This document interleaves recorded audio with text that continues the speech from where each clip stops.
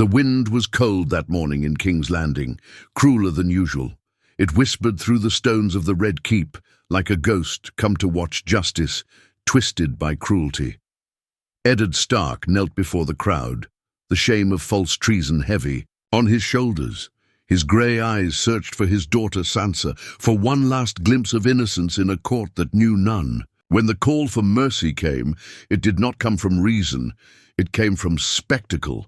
"Send him to the wall," Joffrey Baratheon declared, drunk on his own power, a boy king mistaking cruelty for strength.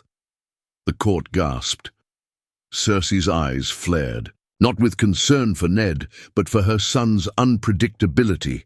Varys bowed his head low, Littlefinger smirked, and Sansa sobbed with relief. Instead of the executioner's blade, Ned was taken in chains from the square, alive but humiliated, the people whispered.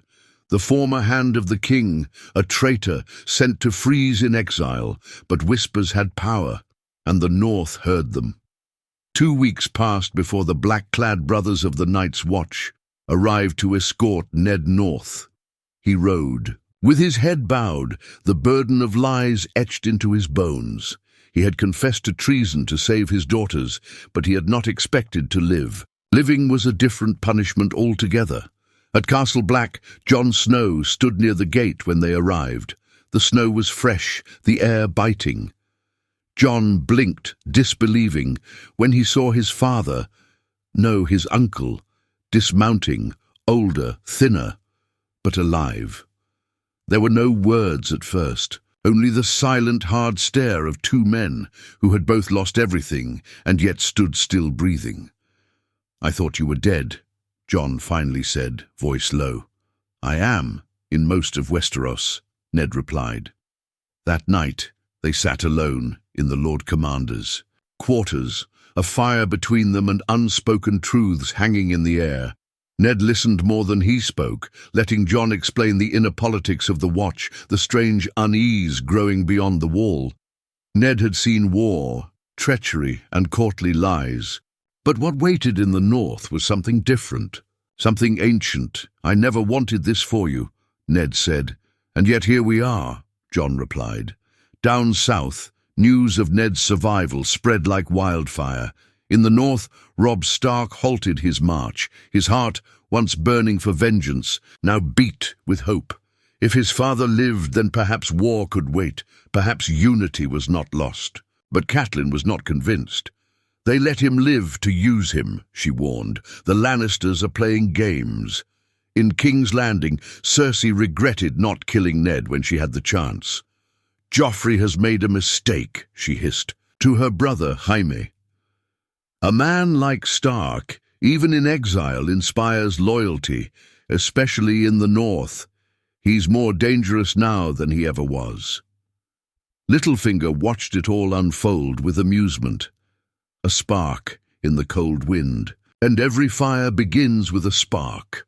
At the wall, Ned Stark did not fade. He rose. Slowly, day by day, he became a presence again, not a lord, but a leader. Jon watched how the men listened to him, how even Sir Alliser Thorne, who despised almost everyone, kept his insults to himself in Ned's presence. Lord Commander Jeor Mormont found himself asking Ned for counsel more than once. But Ned wasn't just watching over the Night's Watch. He was watching the horizon, the haunted forest, the chill that crept in deeper every night. He knew this place had secrets older than thrones and kings, and in the shadows beyond the wall, something was watching him back. At Castle Black, days turned to weeks, and the rhythm of the wall settled into Ned Stark's bones like an old song, grim, monotonous, but familiar. He kept his head down at first, but men respected silence when it came from someone who carried it like a crown. Most of the brothers had heard of him. Some even served in the wars he'd fought, and those who didn't knew enough to stay quiet. In a place where men forgot their pasts, Ned Stark's name clung like winter frost. Jon Snow watched closely. It was strange seeing his father, no, his uncle, in this place, stripped of titles and armor, but not his authority. Jon had grown since he'd joined the watch, matured by hardship and battle, but now he found himself a student again. Ned had a way of seeing through noise and cutting straight to the truth. He said little, but what he said mattered. "You're respected," Jon noted one morning as they walked along the wall's top, the wind cutting at their cloaks. "Respect means nothing if it leads men to die for the wrong cause," Ned replied. His gaze drifted toward the far horizon, where white met sky.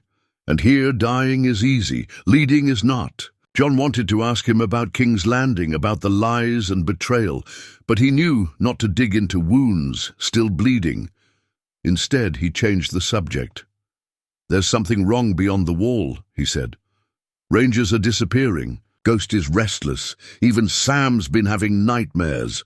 Ned didn't brush it off. He never had a fool's pride. "Tell me everything." Meanwhile, news of Ned Stark's survival continued to echo in the halls of power, like a ghost refusing to fade. At River Run, Robb Stark paced furiously. Lords and bannermen argued at his table, some urging war, others counsel. "If we march south, we lose the north," Great Yanumba growled. "But if we do nothing, we let the Lannisters walk all over us." Catelyn had written to the wall. No raven had returned yet. Her face was drawn, her eyes sleepless. "Ned is alive. That changes things. We must think carefully now." But not. All welcomed the change. In King's Landing, Cersei paced before the Iron Throne like a lioness, watching her den being circled by wolves. "He should have died," she told Varys, wine untouched in her hand. "My son thinks mercy makes him wise. He's a child playing king." Varys gave her one of his soft, unreadable looks. "Sometimes, my queen, the mercy we show becomes the noose we wear later." Cersei summoned men, quiet men, ruthless men. There would be whispers at the wall soon, whispers with knives. She couldn't risk Stark rising again, not when the North still remembered. Back at Castle Black, the frost deepened. One evening a horn sounded, one long blast, a ranger returning. It was Benjen Stark, or what was left of him. Half-frozen, blooded, riding hard with haunted eyes, he dismounted and collapsed into Ned's arms. "They're awake," Benjen rasped. "The dead, they're walking." The brothers gathered around the fire as he told his tale. His voice was weak, but his words shook the very stones of the keep. White walkers, shadows moving in silence, a massacre of wildlings. Something unnatural leading them, blue-eyed and ancient. Ned's jaw tightened. "We must send word to the south." "They won't believe us," Jon said bitterly. "Then we prepare ourselves," Ned said. "We stand, even if the rest of the world looks away." That night, as the fire cracked and the wind screamed outside the keep, Jon turned to Ned. "Would you do it all again, go south, serve the king?" Ned didn't answer right away. "I would do anything to protect my family," he finally said. "But I learned that honor without foresight is a blade turned inward. Next time I will not close my eyes to the cost." In the shadow of the wall, father and son stood together, not in court, not in battle, but in silent understanding, and far beyond the forest, in the icy dark, blue eyes opened. Winter sank its claws deeper into the north as Castle Black braced itself for a cold older than memory. The sky turned grey and stayed that way. Snow fell endlessly, a quiet suffocation. Men grumbled in silence, boots crunching on frostbitten stone, eyes darting to the forest beyond the wall where shadows moved like ghosts. Ned Stark stood at the center of it all, not as a lord anymore, but as something steadier. The black of the Night's Watch suited him in a way the gold of the capital never did. He moved through Castle Black with quiet command, his presence calming the nerves of younger brothers and steadying the hearts of older ones. His name, his history, they meant little here, but his resolve, that they understood. Benjen had yet to recover. He lay in the infirmary, fevered and shaking, whispering fragments of what he'd seen. Glowing eyes, bones that walked, screams that didn't. Come from human throats. Samwell Tarly took it upon himself to transcribe what he could, his ink-stained fingers trembling at every mention of the others. Jon spent his days patrolling the wall, and his nights speaking with Ned. What started as quiet conversations turned into something deeper. Jon spoke of his doubts, his frustration with the Watcher's politics, and his fears, especially his fear that he was no one. "You're more than you know," Ned told him one night by the fire, the flames painting shadows across his worn face. "You sound like you're hiding something," Jon replied. Ned's expression didn't change, but his silence said enough. Jon didn't push further. Not yet. Beyond the wall, things moved faster. Rangers returned with strange reports, villages empty, corpses left behind but not buried, and the ground colder than it should have been. A few men never returned at all. A gloom settled over Castle Black, thick and sharp like a blade pressed to the neck, and then the Raven came. Robb Stark's seal. The letter was addressed to Ned. "Father, if you're alive, then the gods have not abandoned us. I have not yet named myself king. I've held the northern banners at bay with hope in your survival. Tell me what must be done. I will not move without your word." Ned's hands trembled as he read. His son, not yet crowned, waiting for guidance. There was pride in his chest, but also fear. He sent a raven in return. "Hold your ground. Do not march. Yet the war in the south will swallow you whole. And there is a darker war coming. One the south will not see until it is too late." Catelyn, reading the response beside Robb, pressed her lips into a thin line. "He's thinking like a watchman. Now, not like a father. No," Robb said quietly. "He's thinking like a Stark." But not everyone appreciated patience. At court, Joffrey grew bored. "He should be dead," he snarled at his mother. "Why did we let him live again?" Cersei's eyes narrowed. "Because you were playing king, and now that game may cost us." "Then send someone," Joffrey snapped. "Kill him, or I will." And someone listened. Back at the wall, a stranger arrived with the next caravan. A recruit, quiet, nondescript. He blended in well enough, too well. Jon didn't trust him, nor did Ghost, who snarled every time the man passed by. Ned watched the man from a distance. Something about him was off. He moved like a soldier, not a criminal. He listened too much, spoke too little, and then, one night, Ned woke to the sound of footsteps near his quarters. He slipped out silently, sword in hand. The corridor was dark, but the figure was there, blade drawn, eyes cold, no hesitation, no fear. But Ned Stark hadn't survived wars and courts and lies to die in a hallway. The fight was brutal, fast. Years of disuse didn't dull Ned's instincts. Steel clashed, the air thick with breath and blood. The assassin was fast, trained. But he wasn't fighting a lord. He was fighting a wolf. Ned drove ice, borrowed back from the Watcher's armory, through the man's gut. The blade bit deep. The assassin gasped once, then slumped. In his pocket, a Lannister coin. The message was clear. They hadn't forgotten, but neither had Ned. He stood over the body as Jon arrived, wide-eyed and breathless. "What happened?" "They're afraid," Ned said simply. "Good, they should be." And in the forest, the wind howled. But it was no wind. It was a warning. The body was burned before the sun rose. Not buried, not sent back south. Burned. Ned Stark insisted. He told the men it was tradition now to burn any fallen, even a traitor, even a would-be assassin. The Watch grumbled but obeyed. Some thought it superstition, others wisdom. Jon didn't question it at all. "They sent someone for you," Jon said, his tone caught somewhere between fear and fury. "They'll send more," Ned replied, his eyes on the rising smoke. "The Lannisters don't let loose ends live long. But it's not them I fear most."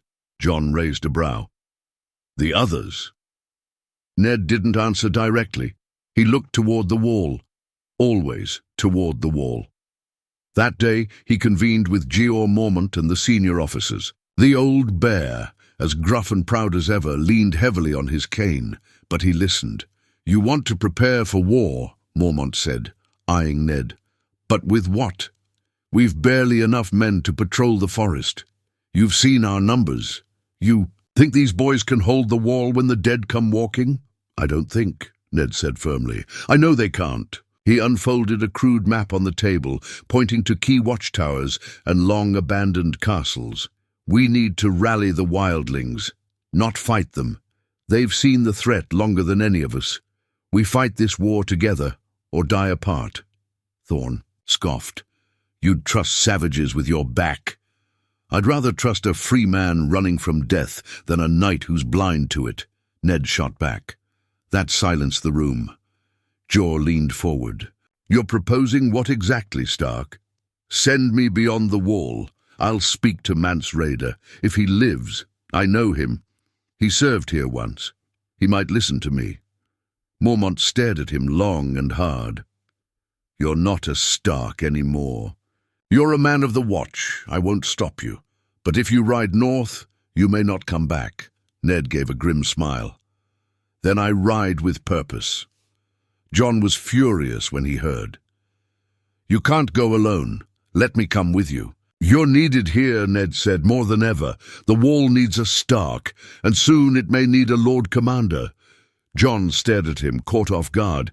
"That's not—" "It is," Ned interrupted. "You're strong, but more than that, you're fair. The men follow you, they trust you. You don't lead because you want power, Jon. You lead because they know you'll never abuse it." Jon didn't speak after that. He just nodded, a silent promise. 2 nights later, under the cover of darkness and a veil of falling snow, Ned Stark rode out through the gate, wrapped in black fur, sword strapped to his back. Only a handful of men knew. Jon, Sam, and the old bear among them. He didn't ride to die. He rode to warn. South of the wall, in Winterfell, a new raven arrived for Robb, the Dead Walk. "I go to meet the living who have seen it. Prepare the north. Trust no crown. Do not ride south. Defend what is yours. And listen to Jon Snow. He will be what I never could." Robb stared at the parchment for a long while. Catelyn watched him, unsure of what her son was thinking. "Is he gone?" she asked. Robb folded the note carefully. "He's doing what he always does." "What's that?"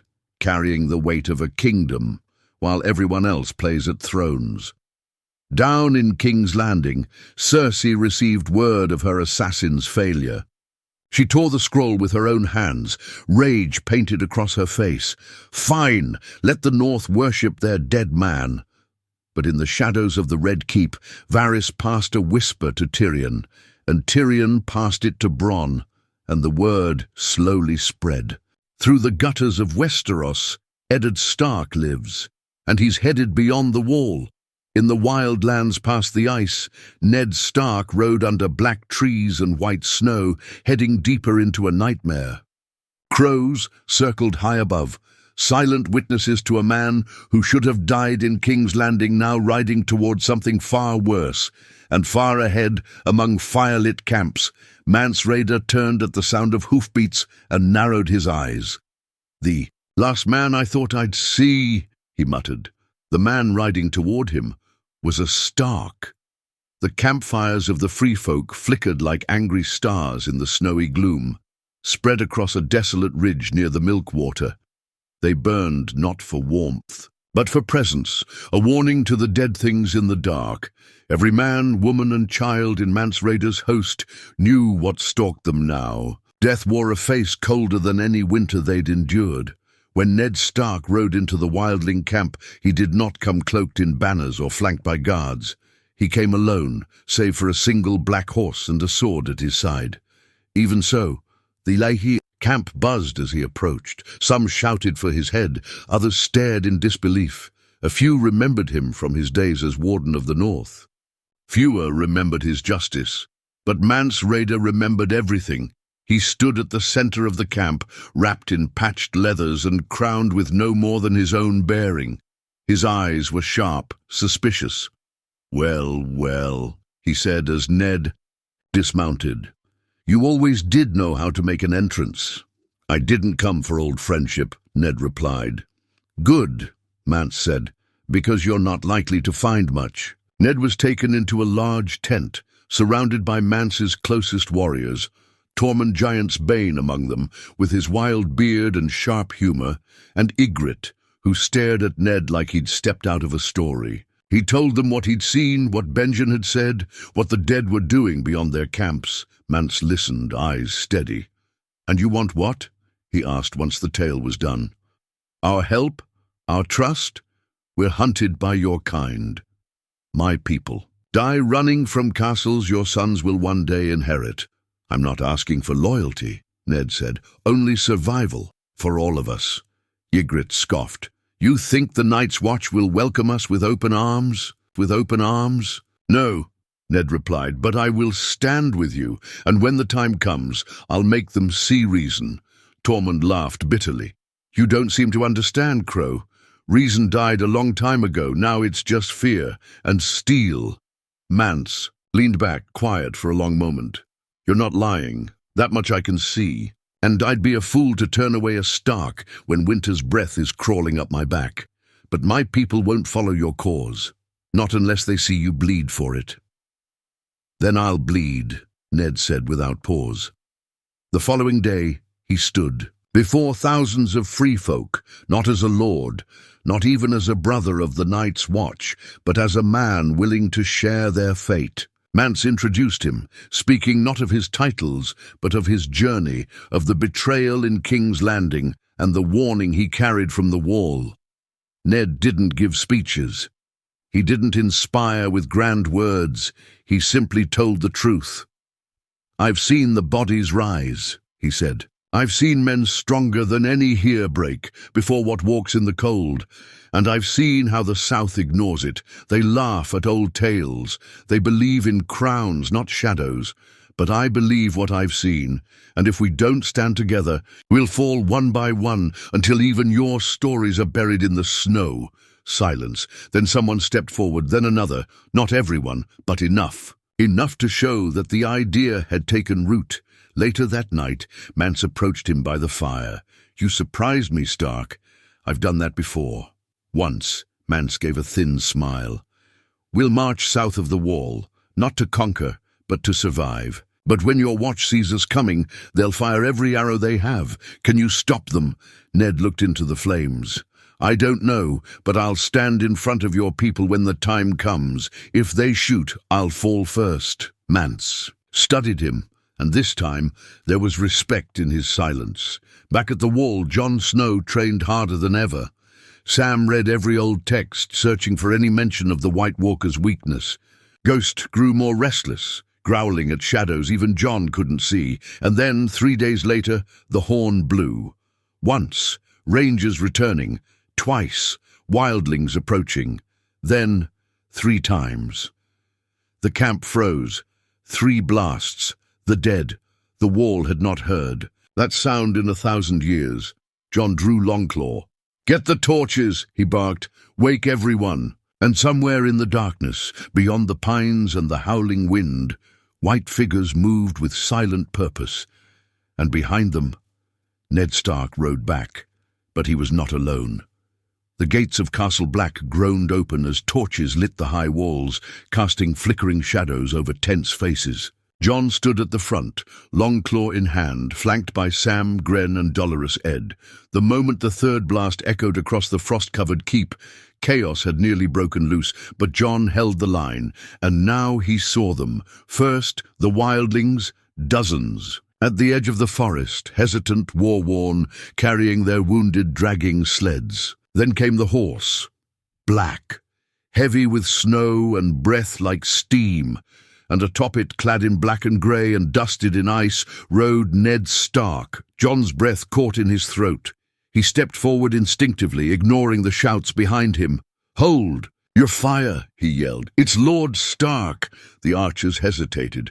The brothers murmured. And then Ned raised his hand, slowly, not as a threat but as a signal. The gate stayed open. Mance, Raider, and Tormund followed closely behind, weapons sheathed, faces hard but wary. The free folk moved like wolves at the edge of firelight. untrusting, cold but desperate. They came not as conquerors, but as survivors. Inside the walls, panic swirled. What in the bloody frozen hell is this? Sir Alistair Thorne spat. You bring wildlings through our gate. This is treason. It's survival, Jon snapped. They're not our enemy anymore. They're always our enemy. They're not who the third horn was for, Jon said, his voice low now. You heard it, same as I did. They're coming. The real enemy. The Lord Commander stepped forward, leaning heavily on his cane. Jorah Mormont looked at Ned Stark with tired, sharp eyes. You've made a mess, Stark. I'd rather make a mess than let the dead walk in through clean halls, Ned said. Whispers buzzed through the courtyard. Brothers shifted uneasily. Some reached for their swords. Others looked at the ragged faces of the free folk and saw not enemies, but frightened men, women, and children, a mirror of their own. Give them the old stables, Mormont said at last. And post a watch. If one of them moves too close to the wall, kill them. If they stay in line, they live. That night, the wall didn't sleep. Jon and Ned stood atop it, staring into the dark, wind howling around them like a beast that had forgotten how to die. They'll come tonight, Jon said. No, Ned replied. They want fear first. Let the cold set in. Let the men rot in doubt. That's how they win. Sam emerged from below, clutching a scroll. I found something, he said breathlessly. Old stories. The first men, the children of the forest, they used dragonglass, obsidian. It's said to kill them. Ned nodded. We have a few daggers, not enough. There's more at Dragonstone, Sam added. A mountain of it. Ned and Jon exchanged a look. Then we must send word, Jon said, if anyone still listens. But before the ravens could fly, the cold changed. It was subtle at first, a stillness. Then the wind stopped altogether, and with it, the sounds of life. Men came to the wall's edge. They looked down, and they saw them. Figures, thin, tall, wrong, gliding through snow that didn't crunch, eyes glowing like frost-bitten stars, dozens, hundreds, stretching back into the forest. Jon whispered, They're here. The alarm. Bell sounded. Every brother stirred. Fires were lit. Wildlings armed themselves with rusty blades and bone-handled spears.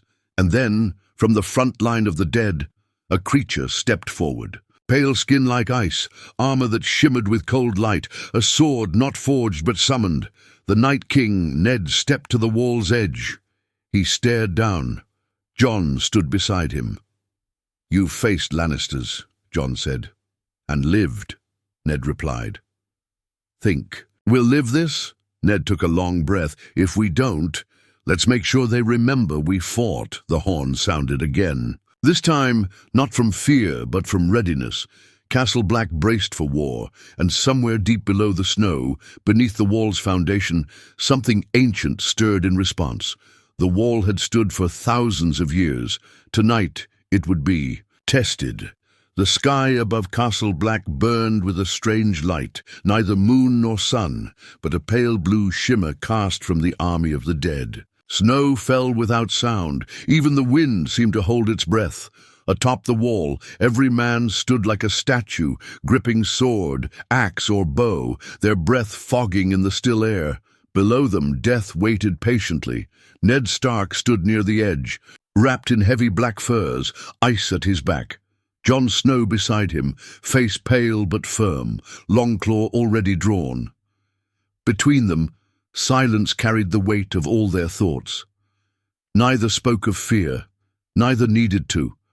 Jorah Mormont barked orders. Behind them, archers on the inner ring, oil ready. If you see anything moving that shouldn't, burn it. I don't care if it's your bloody shadow. From the gates, wildlings and black brothers alike moved side by side, reluctantly, uneasily, but together. Tormund Giantsbane stood like a red-bearded wall of fury, holding a massive axe and shouting orders in his booming voice. They're already dead, so don't fight like you're afraid to join them. Samwell clutched a single dragonglass dagger to his chest like it might fly away. His hands shook, but he didn't run. He stood behind the front line, near the inner gate, whispering prayers to any god who'd listen. And then, the Night King raised one long frozen hand. The dead charged. They didn't scream. They didn't growl. They moved like a wave, legs that no longer knew pain, bodies broken and twisted from past lives, now driven only by cold command. They surged toward the wall, scraping at the gates, climbing like insects. "Now!" Mormont roared. Flaming barrels crashed down. Arrows rained fire. Oil slicked the ice and erupted in bursts. Screams rang out. Human screams, both from above and below. The first dead reached the top of the wall in places, clawing over with inhuman speed. Jon fought beside Ned, Longclaw glowing faintly in the dark as it slashed through a white that nearly tackled Sam. Ned moved slower but more deliberately, each swing of ice cleaving through more than one body. He wasn't a young man anymore, but he fought with purpose, with fury. "They just keep coming," someone yelled. "They don't." "Stop!" Jon growled. "They don't care. That's the difference." Ygritte shot arrow after arrow, face streaked with soot and sweat. Tormund held the stairs, roaring as he hacked through anything that climbed too high. Then a new sound, a terrible shrieking. A wind. The Night King was moving now, slowly, as though he knew time bent to his will. He walked toward the wall, alone but unstoppable. And with his coming, the wall began to crack. A low rumble rolled through the stones. Small pieces chipped away from the base. Ice didn't just form, it spread, seeping like veins into the foundation. Ned turned, his breath visible in the frigid air. "He's going for the wall itself." Jon shouted to Mormont, "Pull everyone back to the top. If the base falls..." Boom! The wall shook as a thunderous crack split through the night. One section near the shadow tower buckled. Men screamed as they fell. A massive chunk of the wall collapsed, crashing into the forest below, burying wights and wildlings alike in white ruin. Panic erupted. "Fall back!" Mormont roared. "Fall back to the keep!" Jon grabbed Sam and pulled him toward the stairs. "Go! Don't look back!" Ned stayed. His eyes locked on the Night King, who now raised both arms. Below, the fallen, humans who had just died, began to twitch. "No," Ned whispered. "Not again." He ran down the steps, shouting orders. "Burn them. Burn every body. Don't let a single corpse lie still." The fighting turned desperate. Oil ran out. Arrows were spent. Steel dulled and bent. Men used their fists, their teeth, anything. And through it all, the Night King advanced, never running, never stopping. Jon reached Ned at the second gate. "We can't hold it," Jon said, blood on his cheek. "We need to fall back to the tunnels." Ned nodded grimly. "Take Sam. Get to the Ravens. Tell the North. Tell Robb." "What about you?" Jon asked. "I'll buy you time." "Father!" Ned looked at him, and in his eyes was the same strength Jon remembered from Winterfell. "Go!" Jon ran. Ned turned back toward the breach, where a new tide of the dead spilled through the hole in the wall like floodwaters. He lifted ice with both hands. The blade was heavy, his arms weaker than they once were, but his heart was steady. As the whites swarmed, he met them alone, and somewhere above, the snow turned red. The tunnels beneath Castle Black were narrow, cold, and filled with echoes of war. Jon Snow ran with Sam at his side, dragging him when he stumbled, glancing back every few seconds to listen for the sound he dreaded most. Scraping bones, inhuman shrieks, the sound of death catching up. "We're almost to the rookery," Jon panted. "Just keep moving." Sam's lips were blue, his breath ragged, but he nodded and stumbled forward. Behind them, Castle Black was breaking. Screams, steel on stone, the unholy roar of the dead. The wall had not fallen entirely, but it had cracked open, and through that crack poured a nightmare Westeros hadn't seen since the Long Night. At the rookery, Jon grabbed the nearest raven, hands shaking as he tied the message he'd written earlier. Ned's warning. There. Only hope. To Rob, he told the bird, and it flew to Winterfell. Outside, Castle Black had become a graveyard. The dead flooded the lower courtyard, climbing walls, breaking through doors. The fire traps had all burned out. What few remained, black brothers and wildlings alike, fought not to win, but to die slower. And somewhere in the middle of it all, Ned Stark still stood. His arms trembled. Blood slicked his chest. Ice had shattered, broken at the hilt after cleaving through too many bones. Now he held only the handle, bloodied and bare. Around him, whites lay in twisted piles, but more came. Always more. The Night King stood at the far end of the yard, unmoved, watching, testing. Ned took a breath. The cold in his lungs bit like knives. He couldn't feel his legs, but he stood. He remembered Winterfell, the sound of Robb laughing in the yard, Arya yelling as she fired arrows into hay targets, Bran's little hands gripping his father's thumb, Catelyn's voice in the godswood, Jon, always watching, always wanting to be seen, and for the first time, Ned truly saw. He was never meant to die in a southern courtyard, betrayed by boys in lions' clothes. This was always how it was meant to end. He stood for the north as the whites rushed forward. A roar shattered the air, not a scream, not a cry. A roar, a massive wall of flame burst from the sky. Dragons' black wings tore through the clouds, fire spitting from open jaws. Drogon, Rhaegal, Dany's children, and behind them, Daenerys Targaryen herself, riding with wrath in her eyes. They struck the undead like a storm. Fire rained from the sky, and the White Walkers fell back, shrieking. The Night King turned upward, eyes narrowing. Jon emerged from the rookery to see it all. Flames engulfing the courtyard, whites bursting into ash, wildlings cheering, the tide finally shifting. He saw Ned in the center of it, on one knee, bleeding. "But alive!" Jon ran to him. "You stubborn old man," Jon said, dropping beside him. Ned looked up, his face ghostly pale. "Took you long enough. You held the line.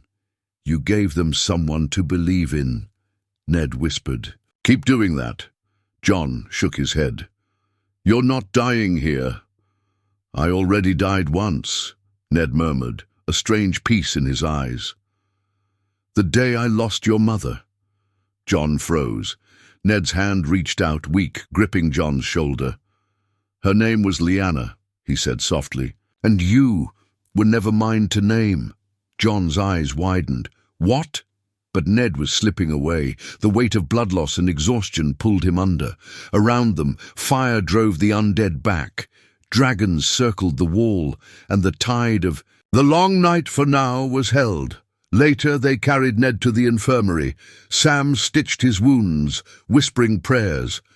Daenerys met Jon atop the wall, her dragons settling behind her like mountains that breathed. "We came as fast as we could," she said. "Your raven reached Dragonstone just in time." "You saved us," Jon said. "No," Daenerys said. "We haven't saved anyone yet. We've only bought time." They looked over the fields of ash and snow and death. Beneath the stars, Jon stood watch over Ned Stark, wounded but not broken. And far to the south, in Winterfell, Robb Stark read his father's words once more. "Trust no crown, defend what is yours, and listen to Jon Snow, the North would remember. And this time, it would be ready, ready."